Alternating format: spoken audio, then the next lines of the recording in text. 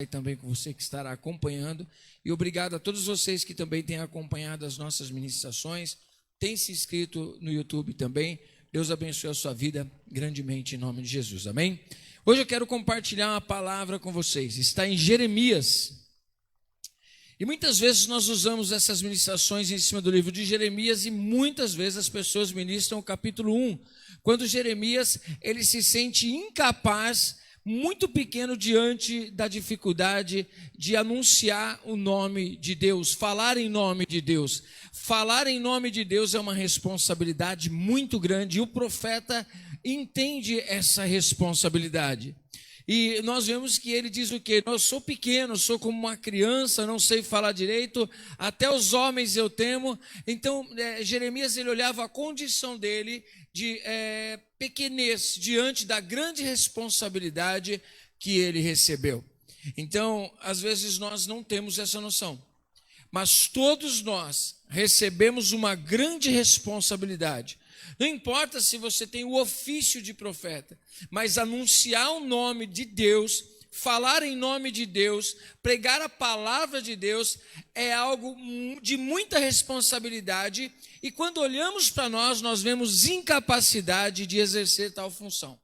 Toda pessoa que olha para si e entende que ela é a pessoa capacitada, plena, para poder pregar a palavra de Deus, falar em nome de Deus, a pessoa está vendo errado. Porque a palavra de Deus não é igual do homem, não é falar de um livro humano, não é falar de uma ideia humana, é falar da palavra do Deus eterno que criou os céus e a terra. Amém? Tem uma grande responsabilidade. Se eu for falar em nome de alguém que é um ser humano, a responsabilidade de ser um representante já é uma grande responsabilidade. Só que, assim como o ser humano falha, eu também falho. Agora, falar em nome de Deus que nunca falha. Falar da lei de Deus que é infalível, que é a lei santa, uma lei pura, e nós sendo pecadores. Então, nós precisamos entender isso, que é uma grande responsabilidade e nós, na nossa própria capacidade, não temos condições de sermos ministros dessa palavra.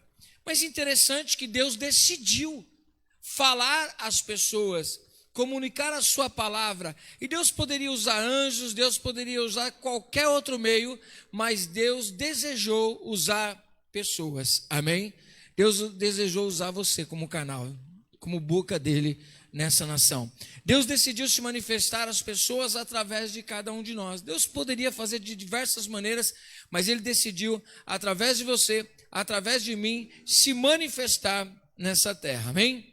E Jeremias é esse homem, um grande profeta, um dos profetas maiores, e ele tem uma grande responsabilidade de pregar a palavra para o povo de Judá. Só que é interessante, para nós termos entendimento perfeito de tudo isso, todos nós gostamos de falar, mas gostamos também da boa recepção dos nossos ouvintes, sim ou não? Então, imagine, qualquer um de nós aqui vai ministrar, fazer uma palestra de alguma coisa, vai pregar uma palavra, se somos pastores, se somos ministros, quando nós temos a oportunidade de falar da palavra de Deus.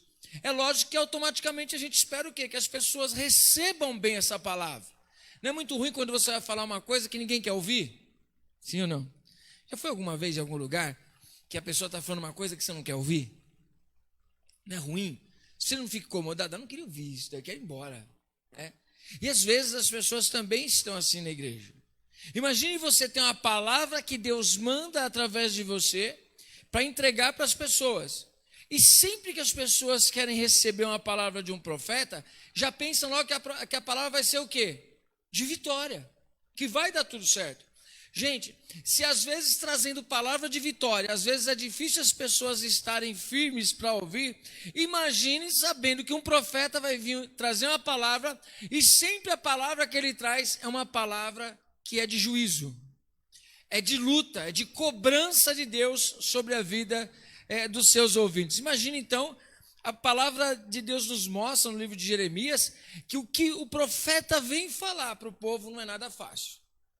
A ponto de dizer mensagens como, por exemplo, assim, pode uma mulher se separar do seu marido e depois voltar para o seu marido? Não, não pode. A mulher se separou do seu marido e ela vai voltar para o seu marido. Aí falou assim, não, não pode. Mas ainda assim diz o Senhor, você se prostituiu, Judá se prostituiu, mas eu tenho condições de perdoar o seu pecado para você voltar para mim. Essa é a palavra que Deus trazia através da vida de Jeremias. É uma palavra dizendo o seguinte, olha, ao invés de Deus libertar vocês, Deus vai trazer um rei, o rei dos caldeus, Nabucodonosor, vai vir e levar vocês cativos. Quem queria ser portador de uma notícia dessa? É impopular. É impopular. Você chegar para as pessoas que estão esperando uma palavra de ânimo, e você traz uma palavra que eles vão ser presos.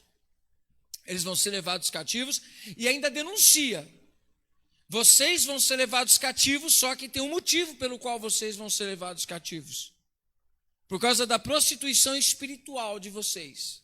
Vocês poderiam estar na terra de Canaã, abandonar todos os deuses e adorar somente a Deus que tirou vocês do Egito e colocou vocês nessa terra, a terra prometida por Deus. Só que vocês decidiram, pior do que abandonar de uma vez Deus. Vocês trouxeram Deus para a vida de vocês, mas vocês também se contaminaram com os deuses da terra de Canaã. Então imagine só a bagunça que eles fizeram e Deus falou, não, isso eu não vou aceitar. Ou eu, ou esquece de mim. Só que eles sabiam que só existia um Deus, né? E adoravam esse Deus, agora eles decidem se contaminar por causas políticas, enfim. E aí Deus levanta o profeta Jeremias. Aí a gente entende o porquê que ele dizia, Senhor, eu sou muito pequeno, eu sou como uma criança, eu não tenho condições de falar para as pessoas, eu temo os homens. E aí Deus diz para ele, não digas que você é uma criança, desde o ventre da tua mãe eu te escolhi, eu te dei a esta nação como profeta. O que eu falar para você, o que eu colocar no seu coração, você vai falar.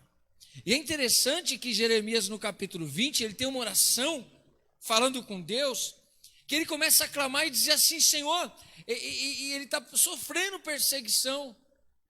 E aí ele tem nos ossos dele uma palavra queimando, um desejo de falar da palavra de Deus, só que as pessoas, ele está sofrendo prisão por causa disso, ele está tendo rejeição por causa dessa palavra, só que ele fala assim, eu vou me calar. Só que quando ele diz, eu vou me calar, parece que aquela palavra acende mais o coração dele. E ele não consegue ficar de boca calada. Ele diz que ele sente nos ossos dele um fogo queimando, que ele fala assim, eu não consigo, por mais que eu queira, eu não consigo fechar minha boca. Essa mensagem está queimando dentro de mim. Era o Espírito Santo agindo dentro do coração do profeta. Era o Espírito Santo inspirando ele. E é interessante, irmão, não sei se você já sentiu isso, mas aquela mensagem que você fala, eu não vou pregar, mas aí o Espírito Santo vai te enchendo e vai te impulsionando. Você sabe que se você for para casa de boca fechada, você perde o seu sono à noite se você não anunciar a palavra. Aquela palavra que queima no seu peito, que enquanto você não entregar para a pessoa, você não consegue ficar sossegado. Às vezes você quer fechar até a sua boca para não haver retaliação sobre a sua vida. Mas mesmo assim você abre a sua boca e anuncia e fala aquilo que Deus colocou no seu coração. Isso aí é algo profético. É algo poderoso do Espírito Santo que incomoda. Presta atenção nisso. Se a gente fosse falar de 5 ministérios aqui e falar do ministério do profeta, a gente ia falar que uma das características do profeta é que ele não consegue conter o fogo que há dentro dele. O poder do Espírito Santo e a boca dele não se fecha. Tem muito profeta de boca fechada. Tem muita gente se dizendo profeta e não tem coragem de anunciar aquilo que Deus está mandando. Se Deus colocar algo em você, no seu coração, eu já conheci muitas pessoas assim.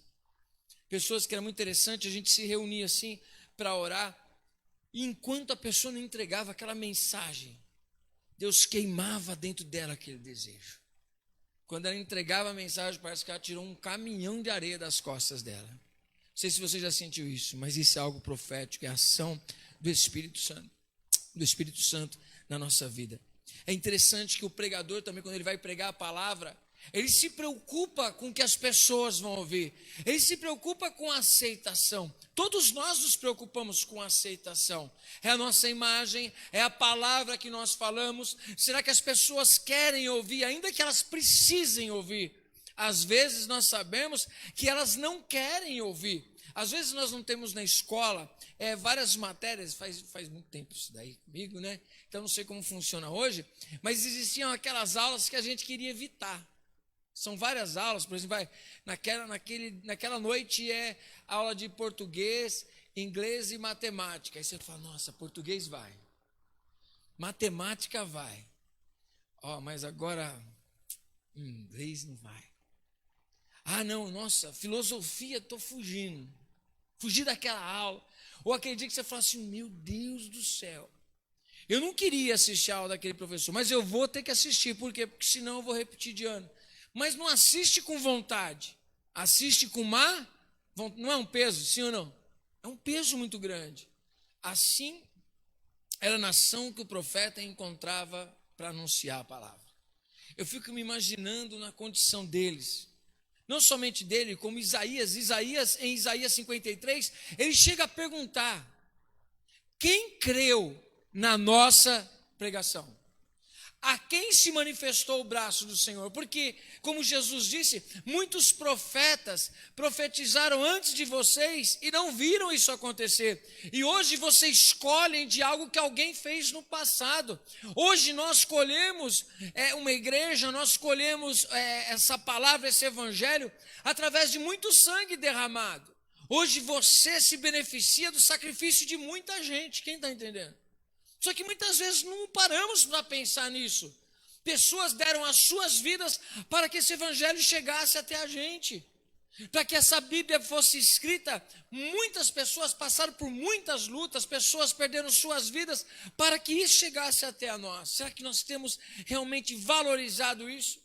E é interessante que o profeta chega um momento da vida dele que ele faz uma oração a Deus. E eu vou usar essa oração dele para entender melhor esse pano de fundo que eu dei para vocês e fazer vocês se situarem dentro da vida desse profeta. A oração dele está em Jeremias, capítulo de número 12. O profeta questiona a Deus. O profeta pode questionar a Deus? Talvez ele diga assim, não, o profeta pode questionar a Deus. Só que ele tem que estar com os ouvidos atentos também para ouvir a resposta de Deus. Porque nós, como seres humanos, nós temos muitas perguntas dentro de nós. Os nossos olhos veem, os nossos ouvidos ouvem, e o nosso coração sente muita coisa que às vezes é contrária àquilo que a palavra de Deus muitas vezes disse para nós. Às vezes Deus diz para nós que vai haver um novo tempo de bênção, vai haver um tempo de restauração, e às vezes os nossos olhos estão vendo outras coisas. E às vezes os nossos ouvidos estão ouvindo outras coisas e o nosso coração se aperta. Às vezes nós ouvimos a palavra de Deus dizendo, olha, vai haver um tempo de justiça, vai haver um tempo de transformação, de bonança. Aí você fala assim, Senhor, mas aquilo que o Senhor está dizendo, eu não estou vendo nada, nem a nuvem do tamanho da mão de um homem eu estou vendo nada. E pelo contrário, eu estou vendo a iniquidade de muita gente, eu estou vendo gente que nem na igreja está, eu estou vendo gente que nem justo é e vivendo uma vida numa boa. Jeremias, ele questiona Deus. Capítulo 12. Primeiro ele já começa com uma consciência de quem Deus é, justo. Ele não está encontrando injustiça em Deus, ele só está querendo saber por que Deus não se manifestou. Por que Deus não cobrou? Às vezes eu fico analisando a vida. A gente se preocupa tanto como cristão. A gente se preocupa com a maneira que fala, com a maneira que anda, com quem se relaciona. Tudo na nossa vida, pelo menos eu entendo isso. Eu tenho para mim isso daí. Que nós como cristãos procuramos minuciosamente viver a palavra de Deus. Amém? Sim ou não? Creio que é isso. Só que quando a gente começa a procurar viver minuciosamente a palavra de Deus, tintim por tintim, a gente não se encontra impotente? Sim ou não? Meu, pensei que estava acertando tudo, deu ruim. Não deu certo, eu pensei que estava indo certo, escorreguei. Quem já sentiu assim? Sabe aquela semana que você está assim, ó, nossa, eu estou santo, nossa, eu estou só glória, aleluia. Aí na outra semana você estava assim, eu estou só misericórdia. Aquela oscilação.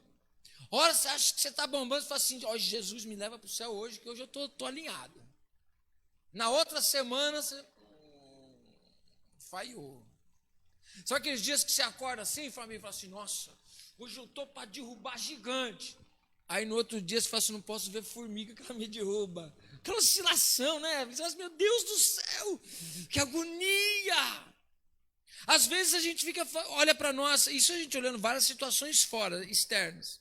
Aí quando a gente olha também para a nossa condição, as nossas falhas, aí piora, né? Porque a gente olha para fora e vê que a gente fica procurando tantas coisas, viver minuciosamente, e a gente falha. E olhamos a nossa condição também e falamos assim, não é só na nossa vida dia a dia a falha. É que nós muitas vezes somos confrontados por aquilo que todas as pessoas são confrontadas, as lutas, as dificuldades.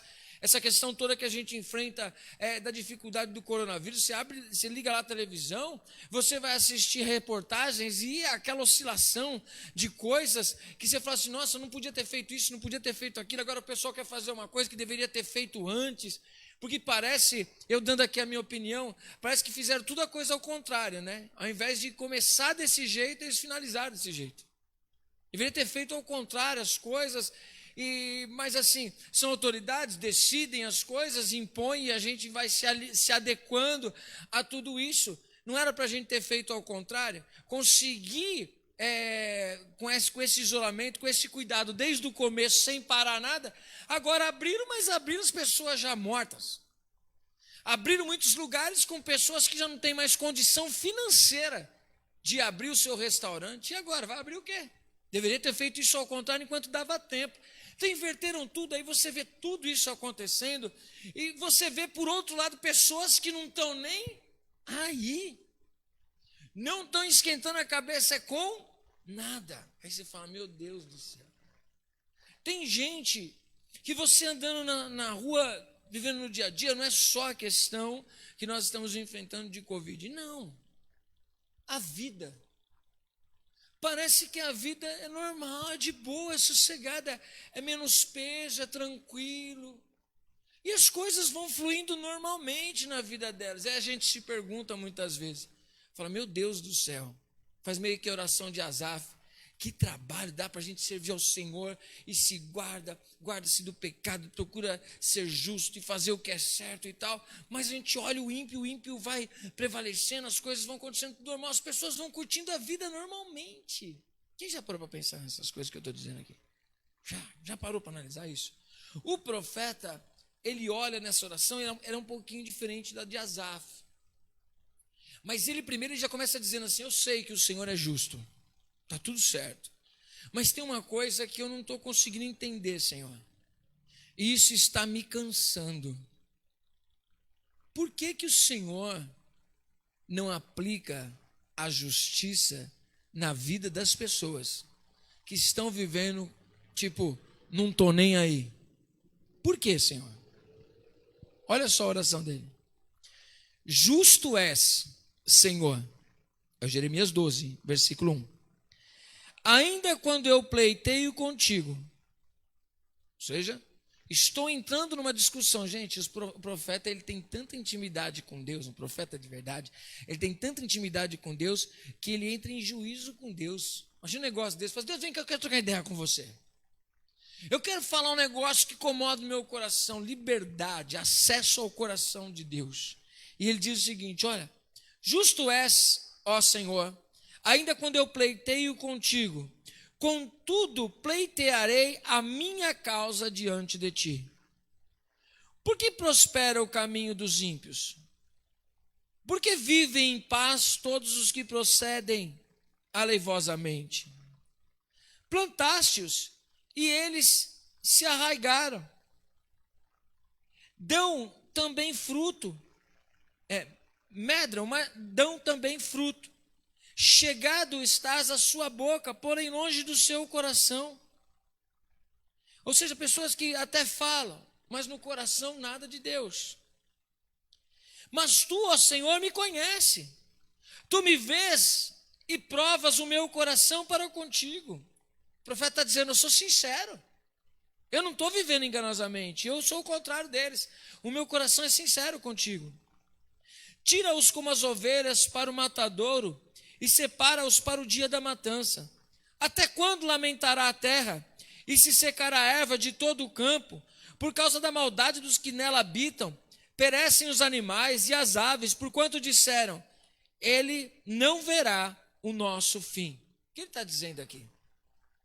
Ele está dizendo o seguinte, gente, tem muita maldade na terra. Não fazem maldade com os cachorrinhos? Infelizmente tem lugar que fazem maldade com os cachorrinhos. Tem gente que desmata na Amazônia e também não traficam os animais que estão lá? Sim ou não? Estão comigo, gente? Bem, temos balança. Vocês não vão falar que estão de máscara, mas balança. Prega comigo. São coisas que revoltam a gente, sim ou não?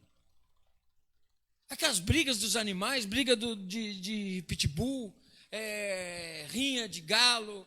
Aí você fala, meu, quanta maldade do ser humano. Matando animais em extinção, judiando dos bichinhos. Pessoas que às vezes você assiste televisão, não sei se vocês reparam isso, parece que às vezes está assistindo, e olha que faz tempo que eu não assisto muitas reportagens, são poucas vezes que eu paro para ver algumas reportagens, mas você vê que às vezes aparece uma reportagem de uma pessoa conquistando milhares de coisas, logo depois vem ou num comercial, vem, ajude-nos com X reais por mês, para as crianças que estão morrendo de fome. Dá um choque de realidades tão diferentes, tão opostas. Sim ou não, quem está entendendo?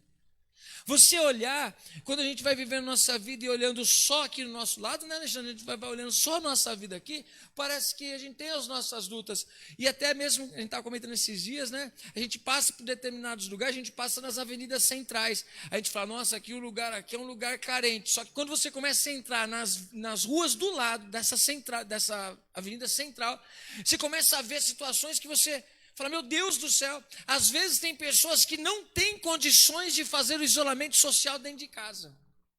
Não é isso, Xandro, que a gente está conversando esses dias?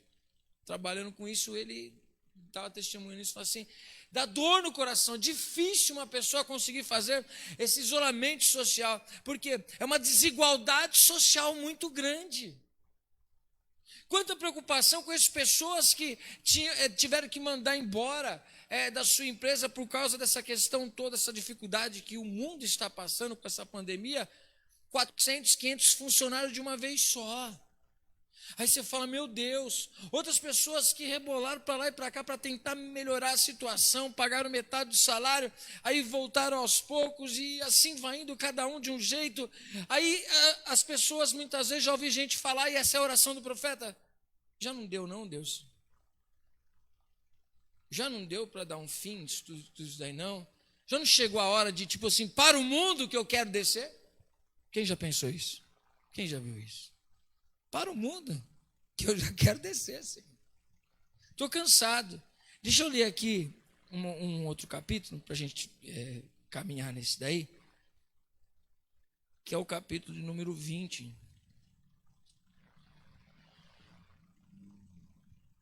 Capítulo 20, versículo 7. Porque é o contraste. Ele está vendo essa mesma realidade que a gente está falando dos dias de hoje, está acontecendo nos dias dele. Você viu que ele falou de animais, ele falou da destruição, ele falou da falta de valores, e parece que Deus se calou. Deus não fez nada, não agiu em nada. Ele sim está passando por uma luta, porque agora aqui ele está sofrendo uma perseguição, porque ele é preso ao tronco. E agora o cara que está correto, o cara não está fazendo mal para ninguém, está preso ao tronco. E aí ele vai orar e vai falar com Deus. Mas olha só que interessante o outro lado. Se por um lado ele pergunta para Deus o que está acontecendo ali, agora ele vai falar do que está acontecendo internamente nele. Olha só. Seduziste-me, ó Senhor, e eu deixei-me seduzir. Eu achei linda essa palavra. Seduziste-me e eu me deixei seduzir. Ou seja, Deus atraiu ele e ele se deixou ser atraído. Mais forte foste do que eu e prevaleceste. Sirvo de escárnio o dia todo. Cada um deles zomba de mim. Olha só que interessante, o amor que ele sentiu, atraído por Deus, ele, ao invés de desfrutar de tudo bom e do melhor, agora esse amor que lhe atraiu e seduziu ele e capturou o coração dele, está levando ele ao sofrimento. Olha só a vida do profeta, não é fácil. Aí ele diz o seguinte, que as pessoas estão olhando para ele, mesmo com esse amor todo, estão escarnecendo dele. Estão olhando para ele, zombando da cara dele. Isso é um tonto mesmo. Vale a pena servir a Deus? Vale a pena ficar falando de Deus aí? Aí, ó, olha o que sobrou. O que o teu amor te levou? E aí ele diz o seguinte, pois sempre que falo, grito e clamo, violência e destruição, porque se tornou a palavra do Senhor um opróbrio para mim, uma vergonha e um ludíbrio o dia todo. Se eu disser, não farei menção dele e não falarei mais no seu nome, ou seja, por causa disso eu senti nos meus ossos o desejo de parar, eu não consigo. Eu tenho desejo, ele está dizendo aqui, ó, eu sinto muitas vezes por causa dessa vergonha, dentro de mim eu vou parar. E eu sou sincero de pensar, eu vou parar, eu me cansei. Só que quando ele diz, ó, eu não farei mais menção dele e não falarei mais do seu nome, então há no meu coração como um fogo ardente encerrado nos meus ossos e eu estou fatigado de contê-lo e não posso mais. Ele está dizendo, o que eu sofro pela mensagem me faz cansar. Só que quando eu penso em parar de anunciar, o fogo arde dentro do meu peito. Eu não consigo parar. E ele disse, eu estou fatigado, eu estou tentando conter essa mensagem, mas não dá. Eu preciso falar dessa mensagem. Pois ouço a difamação de muitos, terror por todos os lados. Denunciai-o, denunciemo-lo, dizem todos os meus íntimos amigos, aguardando o meu manquejar. Bem pode ser que se deixe enganar, então prevaleceremos contra ele e nos vingaremos dele. Mas o Senhor está comigo como um guerreiro valente, por isso tropeçarão os meus perseguidores e não prevalecerão. Ficarão muito confundidos, porque não alcançarão êxito. Sim, terão uma confusão perpétua que nunca será esquecida. Tu, pois, ó Senhor dos exércitos, que provas os justos e vês os pensamentos e o coração, permite que eu veja a sua vingança sobre eles, porque te confiei a minha causa. Cantai ao Senhor, louvai ao Senhor, pois livrou a alma do necessitado da mão dos malfeitores. Maldito o dia em que nasci, não seja bendito o dia em que minha mãe me deu a luz. Maldito o homem que deu as novas a meu pai, dizendo, nasceu-te um filho, alegrando com isso grandemente. E seja esse homem como as cidades que o Senhor destruiu sem piedade, e ouça de um clamor pela manhã e um alarido ao meio-dia, porque não me matou na madre. Assim, minha mãe teria sido a minha sepultura e teria ficado grávida perpetuamente. Porque saí da madre para ser trabalho e tristeza, e para que se consumam na vergonha os meus dias? Você vê dois extremos dele. Um extremo ardendo do Espírito Santo dentro dele, que ele não quer desistir. E outro extremo dizendo assim, eu estou cansado daquilo que os meus olhos veem. Essa dualidade que eu creio que todos nós, que formos sinceros, nós vivemos. Quando estamos cheios do Espírito Santo, vemos uma coisa. Quando estamos cheios de nós mesmos, das nossas razões, nós vemos outras coisas. Quando nós olhamos com os nossos olhos carnais, nós vemos tanta tristeza, nós vemos tanta luta, nós vemos tantas dificuldades que estão pela frente, que você fala assim, meu Deus do céu, será que vale a pena? Olha só o esforço, olha só a batalha para poder estar à frente, para poder estar de pé, para falar do seu nome, enquanto tem pessoas que nem aí estão, e estão vivendo a vida numa boa. Alguém já passou por isso? Alguém já parou para pensar em tudo isso? Eu creio que isso faz parte da vida de todo mundo. Eu poderia pregar somente para líderes, mas isso daqui faz parte da vida de todo cristão. Porque parece que andando pela rua, nós vamos vendo nos dias de hoje que existem muitas pessoas que não estão esquentando a cabeça com nada na vida. Nem com o que é certo, nem com o que é errado. E talvez venha a interrogação na sua cabeça. E aí, Senhor? Estou cansado do que os meus olhos veem. É interessante que em vez de Deus falar para o profeta assim, não, isso que eu sou contigo, e tal, e pé. Me parece que o que Deus vai falar para o profeta aqui, ele consegue colocar o meu coração e o seu coração no lugar certo. Primeira coisa, a sua identidade não pode depender de situações. A sua identidade tem de prevalecer a tudo aquilo que você passa. Ninguém pode roubar a sua identidade. Você precisa estar firmado na identidade de quem você é em Deus. Porque se você olhar externamente, você vai ficar confundido. Só que essas coisas externas te afrontarão. E você precisa ter certeza de quem você é. Quem é você? Você, no caso dele aqui, ele é um profeta. Você é quem você diz ser. Porque as situações te afrontarão. E aí talvez você pense que Deus vai dizer para você, não, eu sou contigo e tudo mais. E talvez Deus traga uma resposta para você, que é a mesma coisa que ele fala ao meu coração aqui. Porque essa mensagem ficou latejando no meu coração desde ontem. Deus falando algo terrível. O que foi a resposta de Deus para ele? Vocês estão entendendo aqui comigo? Vocês estão aqui, vocês me ajudam a pregar, porque o pessoal de lá não vejo, então vocês estão entendendo aqui? Estão acompanhando o raciocínio, vocês vão entender melhor o raciocínio de onde a gente quer chegar, aonde o Espírito Santo vai nos direcionar hoje. Versículo de número 5. Deus traz uma palavra para o profeta que situa ele no meio de duas situações, do povo de Deus e daquilo que os olhos dele vê. Ele está falando aqui de ser cristão, do povo de Deus, ou algo assim? Não, ele está falando do que os olhos dele vê na terra. Amém?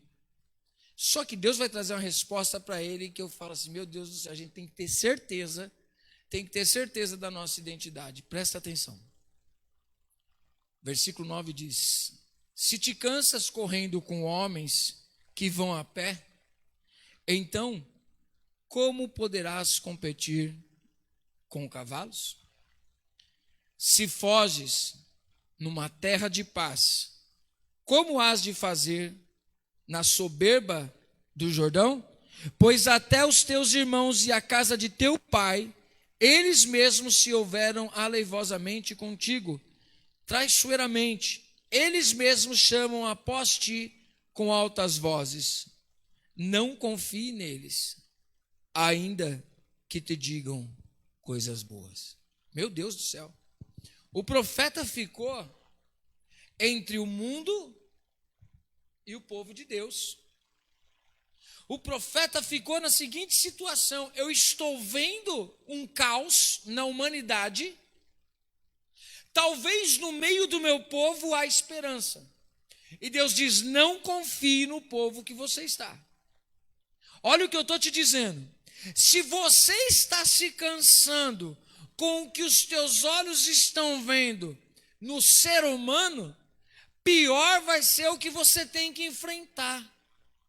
O que Deus está dizendo para ele é o seguinte: o que você está vendo dói o seu coração e faz você parar, imagine então o que eu preparei para você enfrentar a casa de Judá. Está dizendo para ele, você está se cansando com isso? E quando vier coisa pior? Você está se cansando com isso? Você está se cansando com coisa pouca, você está se cansando com homens. Agora imagine quando vier situações de homens que vêm a cavalo. Cavalos correm mais rápido que homens, sim ou não? Correm muito mais rápido. Aí Deus chega para ele e diz assim, se você está achando ruim num lugar de paz, imagine se você estiver num lugar de perseguição, aí você desiste. Sabe o que ele está dizendo para nós? Talvez nós que entendemos que somos chamados para grandes coisas, grandes batalhas. Você entende, pelo menos eu não sei se é só na minha cabeça que está. Mas as nossas batalhas são grandes batalhas, sim ou não? As suas batalhas são maiores do que a do mundo, sim ou não? Por quê? No que ela é maior do que o mundo? Já parou para pensar que a gente responde as coisas sem parar para pensar que a gente respondeu? As suas e as minhas batalhas são maiores do que as do mundo porque a gente enxerga. Porque a gente batalha aonde surgem as grandes lutas na terra. As nossas batalhas são batalhas espirituais. Como que você consegue se livrar de não pegar o coronavírus? Me explica aí como. Alguma autoridade me ensina. Como é que você faz para não pegar o coronavírus? Tem alguém que pode me informar aí? Por que é o grande problema? Porque é difícil alguém falar assim, se você fizer isso, você não vai pegar, eu te garanto, você não vai pegar essa maldição aí. Tem como? Tem. Você tem como se precaver, prevenir. Como nós estamos prevenindo? Está aí a máscarazinha sua? Máscarazinha. Está o álcool em gel ali? Está o álcool em gel. Mas aonde está o vírus? Em qualquer lugar. Você consegue ver ele? Se você visse, você fugia, não fugia? O vírus está ali, ó. Aí você sai correndo para o outro lado. Olha ele ali na esquina, você sai correndo para lá. Você consegue vê-lo. Mas numa batalha contra um vírus que você não vê, você não fica mais alerta? Sim ou não? Ele pode estar em qualquer lugar. Ele pode estar ali na porta. Ele pode estar na maçaneta do carro. Ele pode estar no manete da moto. Ele pode estar naquela embalagem que você pegou. Ele pode estar do lado daquela pessoa que te cumprimentou. Não é mais ou menos isso? Pode estar em qualquer lugar. Isso não traz o pânico? A preocupação? Uma batalha na qual nós não conseguimos ver o vírus. Esse é o grande problema. Também existe a mesma batalha, só que muito maior, espiritual. Você consegue ver? Você está vendo o inimigo agindo aí? Você está vendo aonde o inimigo está? Você está vendo se ele está ali na esquina? Se ele está aqui dentro? Se ele está ali do outro lado? Você não consegue vê-lo. É uma batalha espiritual.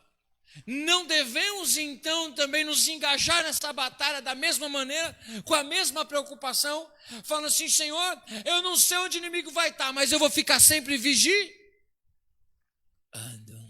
Amém? Estou sempre alerta. Por quê? Porque ele pode estar na esquina, ele pode estar na maçaneta do carro, ele pode estar na televisão, ele pode estar em qualquer lugar. Então eu vou ficar bem ligeiro com o meu arqui-inimigo.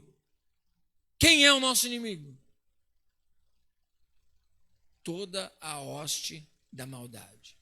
Nossa luta não é contra a carne, não é contra o sangue, mas é contra o diabo. É contra as potestades do mal que habitam nas regiões celestes, nas quais regiões nós já estamos cercados com toda sorte de bênção por causa de Jesus Cristo. Mas nós estamos nessa batalha. Mas nisso a gente não se preocupa com a batalha espiritual. Então o que Deus está dizendo para ele? Você está sendo abalado por isso, imagine se você visse que você tem que enfrentar. Imagine então se você não se preparar para uma batalha espiritual que é muito pior do que qualquer vírus, que pode levar para o inferno. Se você não abrir os seus olhos, Jeremias, você não vai aguentar o que vai vir. Por quê? Você está procurando um lugar de paz. E você está no lugar de paz por enquanto. Daqui a pouco vai vir o cativeiro. Daqui a pouco você vai ver minha palavra se cumprindo. Dias piores virão. E se você está desistindo por causa disso, meu irmão, você não vai aguentar com coisa pior. Quem está entendendo? Apóstolo, não tem coisa pior. Irmão, tem tanta coisa que pode acontecer. A gente não imaginava que um vírus mexeria no mundo inteiro. Eu não sei o que pode vir. Aí você fala assim, apóstolo, mas o senhor está dizendo de uma visão que o profeta teve das situações que ele achava e falava assim, Deus já deu, né? E de uma outra situação que ele tinha uma palavra para anunciar e ele queria travar essa palavra, só que ele sentisse fogo dentro dele e ele falava, meu Deus do céu, eu por falar desse amor, por falar da palavra de Deus, eu vou sofrer a perseguição. Só que eu também não consigo me calar. Isso só nos mostra uma coisa que resta para mim e para você: assumirmos a nossa identidade de profeta dessa nação, assumir a nossa identidade de servos de Deus, independente daquilo que os nossos olhos veem, independente de pandemia, independente de portas abertas ou fechadas, nós continuamos sendo embaixadores dos céus, nós continuamos sendo servos de Deus, nós continuamos engajados numa batalha espiritual, nós continuamos profetizando, nós continuamos pregando a palavra de Deus, nós continuamos adorando, porque nós não somos movidos pela terra, nós somos movidos pelo céu. Não importa o que esteja acontecendo e você não tem resposta, porque talvez você vai olhar muitas situações, vai ter interrogação na sua cabeça, talvez você vai falar assim, eu vou calar minha boca, mas se você realmente estiver cheio do Espírito Santo, você não vai conseguir fechar sua boca, porque você vai anunciar aquilo que está queimando dentro do teu peito. Quem consegue fechar a boca e desistir é porque o Espírito Santo não está queimando, porque é impossível segurar a mensagem do poder de Deus dentro de nós. Não dá para ficar calado. Ninguém consegue ser cheio do Espírito Santo e dormir de boca fechada sem entregar a mensagem para a qual ela foi enviada. Ele fala, ele anuncia. Às vezes a gente olha as situações e fala assim, meu Deus do céu. E aí Deus olha assim, em vez de ele dizer assim, não, mas eu sou contigo e tal. Deus olha e fala assim, você está cansado com isso? Tem coisa pior que você não aguentaria, então. Se prepara para coisas grandes que eu tenho para você. O profeta estava olhando e recebeu essa palavra de Deus. E às vezes eu olho tantas dificuldades, às vezes eu oro e falo assim, Senhor, eu quero direção para a tua igreja. Às vezes eu olho e vejo pessoas desanimadas dentro da igreja. Às vezes eu olho pessoas que não querem posicionamento dentro da igreja. Senhor, que igreja nós temos? Eu não falo só de Efrata, eu falo nação brasileira. Que tipo de igreja nós somos? Porque igreja é ajuntamento. Qual o resultado desse ajuntamento? Já não basta o mundo que está um caos. Nós olhamos para a igreja e vemos muitas pessoas amedrontadas, desistindo, cansadas. Aí Deus olha para mim e diz assim, tu te cansas com isso? Tem coisas piores. Tem coisas piores. E o que ele está dizendo para o profeta? Porque o Jordão era um lugar que abrigava muitos animais. E nesse Jordão, o que Deus está trazendo de mensagem para ele é o seguinte: não confies nos teus irmãos judeus. Você está achando que no meio da minha casa também não tem gente perversa, igual tem no mundo que você está julgando? Não confie na religião. Não confie em pessoas. Confie em mim que te enviou. Ele está ensinando isso. Não confie. Não seja motivado por quantidade, ou por pessoas que estejam na igreja, ou por pessoas que vão te ouvir. Não esteja motivado pelo mundo, não esteja motivado por pessoas que estão presentes, não. Seja motivado pelo dom que há em você. Deixa Deus te usar da maneira dele. Não importa se vão ouvir, se vão deixar de ouvir, você precisa da sua identidade espiritual. Quem está entendendo? Identidade. A identidade, ela não pode ser arrancada de você. A identidade é quem você é. E eu pergunto, quem você é? Quem você é em Deus, irmão? Quem você é? Você não pode temer as situações a ponto de se entregar a ela. As notícias virão, sempre haverá notícias. Várias. Quantas vezes já não houve notícias de desemprego, alto índice de desemprego? Agora é novo coronavírus. Uma vez eu estava perguntando, por que novo coronavírus, né? Já tinha o velho? Então já tinha outras coisas, já tinha doenças, outras coisas estavam acontecendo também. Agora aconteceu uma pandemia. Mas muitas outras coisas você vivia a vida como se elas não existissem. Só nessa você está desesperado. Então sempre existiram lutas. Hoje tem uma luta que está pior, virou uma pandemia. Eu não sei o que pode surgir. Eu não sei o que vai acontecer. Eu não sei o que vai acontecer no cenário cristão, não sei o que vai acontecer no cenário mundial, eu não sei o que vai acontecer com as pessoas que não conheceram o Senhor Jesus Cristo, eu não sei o que vai acontecer com a igreja de Cristo hoje, eu não sei de nada, mas uma coisa a gente precisa aprender, confiar em Deus e não perder a nossa identidade. Estar firme em Deus. Não parar. Não parar. Não pare. Continue a sua fé, continue firmado na palavra de Deus, continue firme no Senhor, mesmo que você não encontre as respostas à sua volta. Ainda que você olhe o cenário, não seja o melhor cenário possível, não deixe que isso roube a sua identidade. Eu não estou incentivando ninguém a ser doido, eu estou incentivando todos a não perderem a sua fé. Não perca a sua fé. Deus continua no controle de todas as coisas. E quando eu digo que Deus continua no controle de todas as coisas, as pessoas têm dificuldade de entender que Deus continua no controle de todas as coisas na vida de Jó, sim ou não? Jó passou pelo que ele passou. Deus perdeu o controle? Não. Quando Jó entendia que era injusto o que estava acontecendo, Deus disse para ele, resumidamente, onde você estava quando eu criei tudo? Onde é que você estava? Eu continuo no controle de todas as coisas. Deus precisa lembrar a igreja dele, lembrar você, lembrar eu, que ele continua no controle de todas as coisas. Isaías capítulo 6 fala do quê? Um profeta. Só que ele não é profeta a partir do capítulo 6.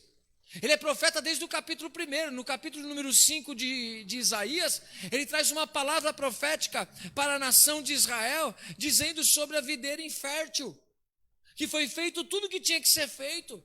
Ele tinha um ministério próspero, forte, marcante.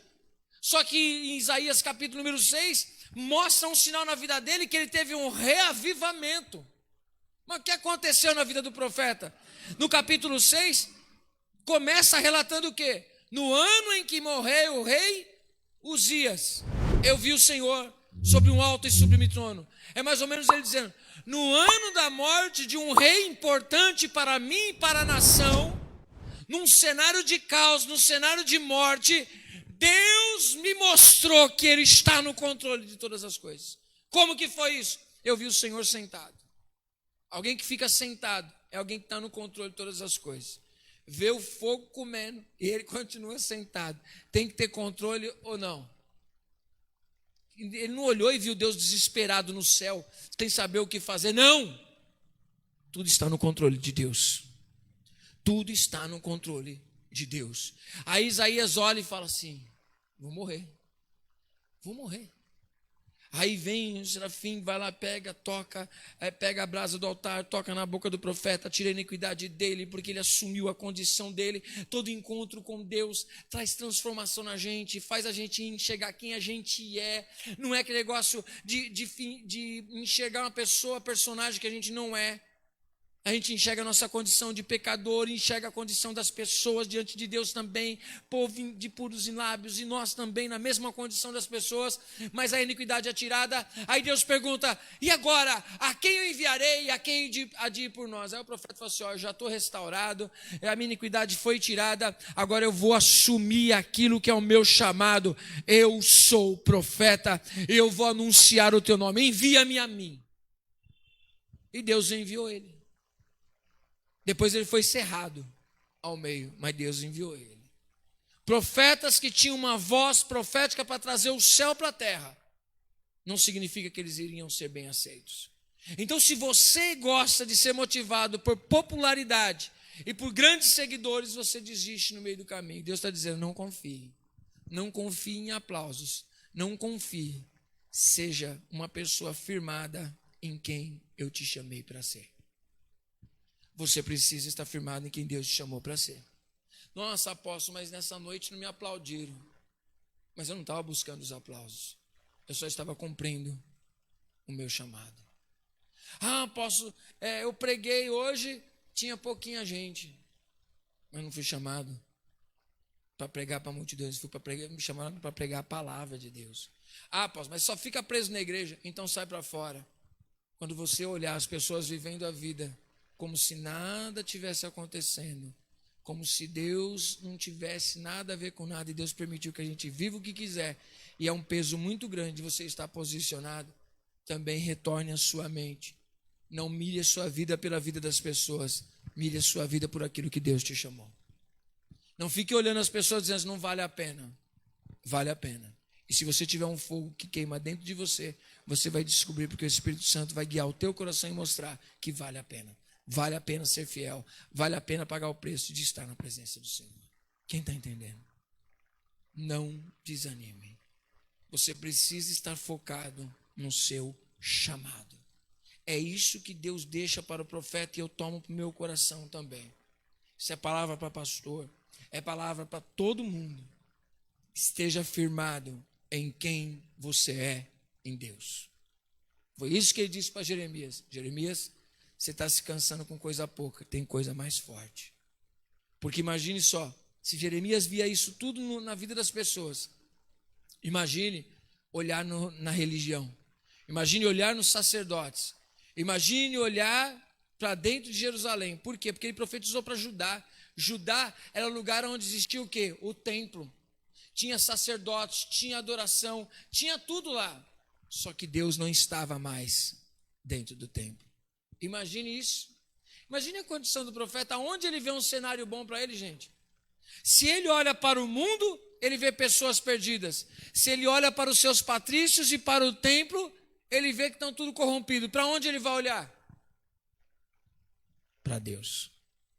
É isso que Deus está dizendo para ele. Não pense que você vai encontrar apoio dentro do templo.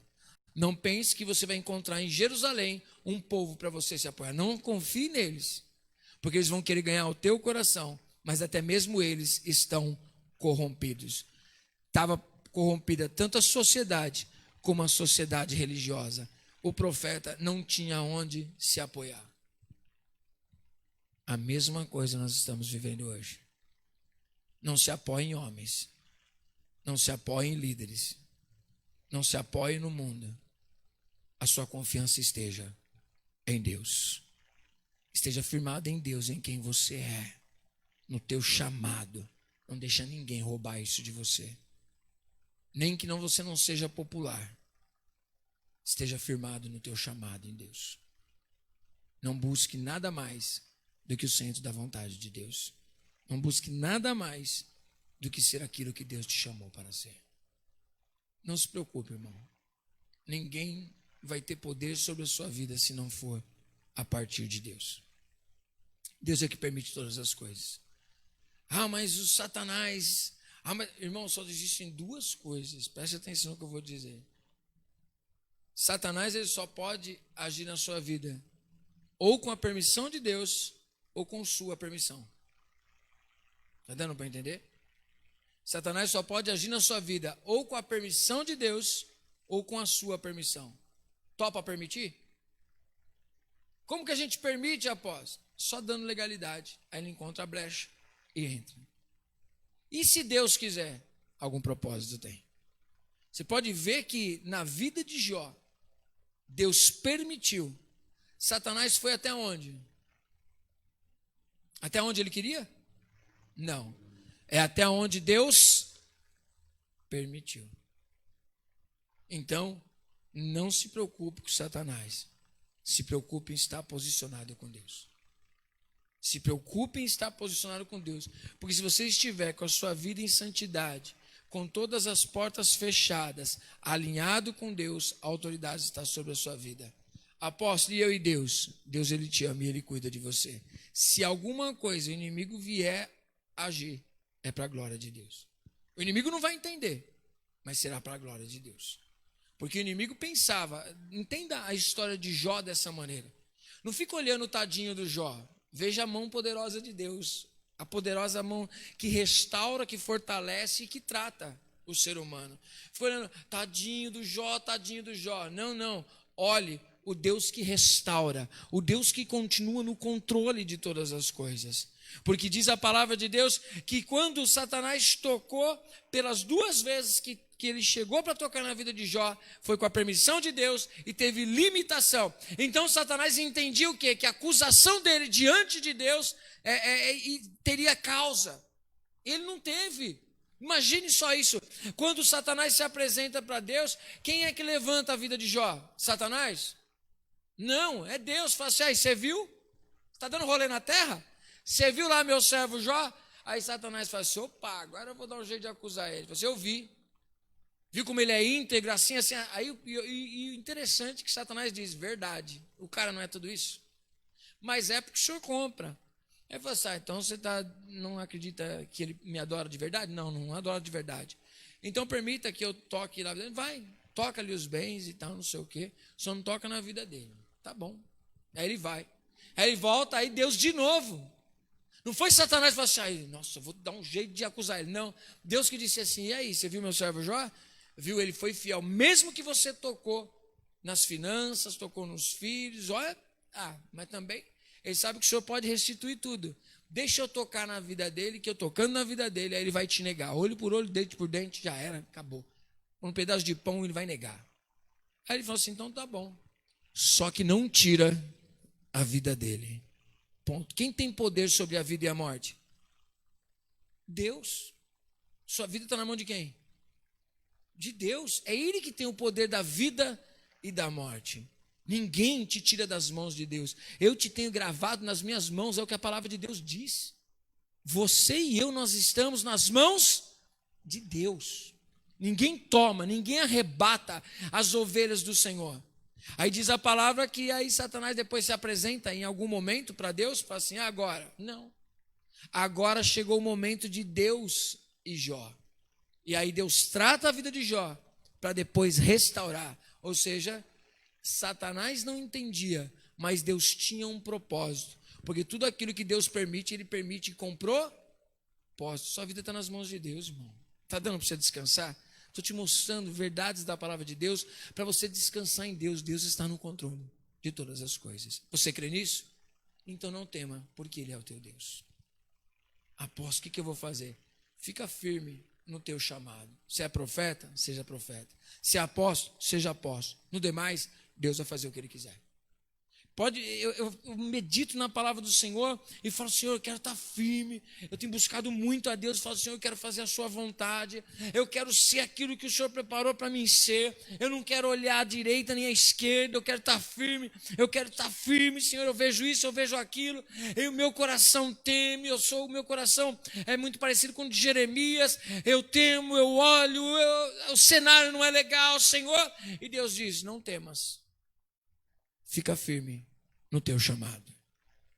A mesma coisa vale para todos vocês. Você que está aqui, você que está me assistindo. Não tema. Fica firme no teu chamado. Firme no teu chamado não é firme em pessoas. É firme naquilo que Deus te chamou para fazer. Você tem identidade? É nela que você tem que estar firmado. Foi isso que Deus disse para o profeta. Se você se cansa correndo com pessoas que vão a pé, imagine como competir com cavalos. Está se cansando com isso? No Evangelho vai ter coisa mais forte para você batalhar. Você não vai aguentar. E Deus quer que você aguente, que você vá até o final. Amém? O profeta, em vez de receber uma palavra de esperança, recebeu uma palavra de fortaleza. Não confie em pessoas, confie em mim. Esteja firmado em mim. Você é meu servo.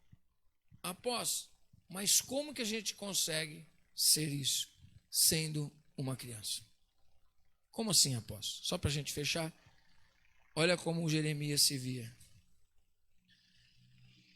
É assim que você tem que olhar para dentro de você a sua dependência. Jeremias capítulo 1. Essa é a oração que ele fez. Eu vou ler para você rapidinho. As palavras de Jeremias, filho de Ilquias, um dos sacerdotes que estava em Anatote, na terra de Benjamim, ao qual veio a palavra do Senhor nos dias de Josias, filho de Amon, rei de Judá, no 13º ano do seu reinado.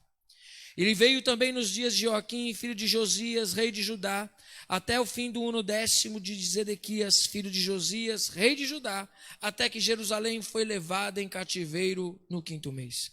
Ora, veio a mim a palavra do Senhor dizendo: antes que te formasse no ventre te conheci, e antes que saísses da madre te santifiquei, as nações te dei por profeta.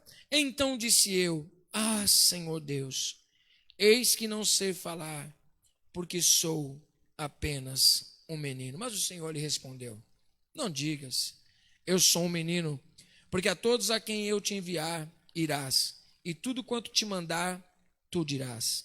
Não temas diante deles, pois eu sou contigo para te livrar, diz o Senhor. Ele mesmo se chegava como uma criança, e uma criança é dependente. Seja dependente de Deus. Seja dependente de Deus. Deus é o segredo do seu sucesso. Deus é o segredo da sua fortaleza. Amém? Você possa meditar nessa palavra que eu compartilho com vocês. Deus vela sobre a palavra dele para cumpri-la. E hoje ele está falando comigo e com você, falando aos nossos corações. Não olhe nem para a direita nem para a esquerda, esteja firmado na sua identidade. Não perca a sua identidade. O coronavírus não pode roubar, pode revelar a sua identidade. Amém? Não vai te roubar, vai só revelar. Espero que a sua identidade esteja em Cristo. Não tema, Deus é com você. Amém? Glória a Deus. Você pode se colocar.